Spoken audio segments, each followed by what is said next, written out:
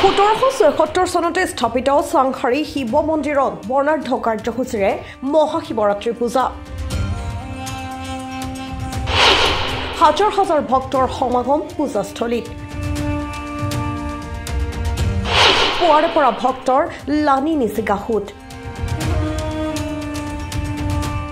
আজি মহাশিৱৰাত্ৰি ৰাজ্যৰ প্ৰান্তে প্ৰান্তে আজি মহাশিৱৰাত্ৰিৰ আয়োজন কৰা হয় চাংখাৰী শিৱ মন্দিৰৰ প্ৰাংগণতো বৰ্ণাঢ্য কাৰ্যসূচীৰে অনুষ্ঠিত কৰা হয় মহাশিৱৰাত্ৰি পূজা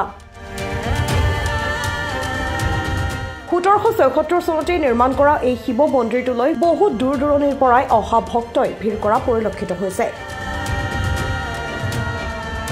ইফালে ধুপাতাৰী হিৰভৰাল মলং গেইজিং ৰিজাৰ্ভৰ নিৰাকাৰ মন্দিৰ প্ৰাংগণত লোকে লোকাৰণ্য পৰিৱেশ হাজাৰ হাজাৰ ভক্তৰ সমাগম ঘটে পূজাস্থলীত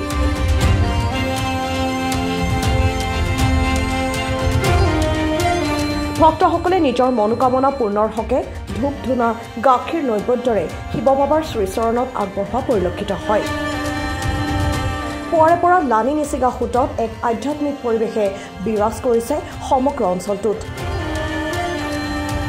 মহাশিৱৰাত্ৰি উপলক্ষে দিনৰ ভাগত সকলো ভক্তপ্ৰাণ ৰাইজৰ বাবে মহাভোগৰ ব্যৱস্থা কৰে মন্দিৰ পৰিচালনা সমিতিয়ে এইটো আমাৰ চাংখাৰী অঞ্চলৰ ভিতৰতে বহুত পুৰণা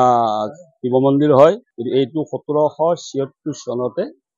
জন্ম হোৱা শিৱ মন্দিৰ এইটোৰ মাহাত্ম্যটো অলপ বেলেগ ধৰণৰ ইয়াতে ৰাতিপুৱা প্ৰায় 5 বজাৰ পৰা ৰাতি প্ৰায় 9-10 বজালৈ দৰ্শনাৰ্থী আহিয়ে থাকে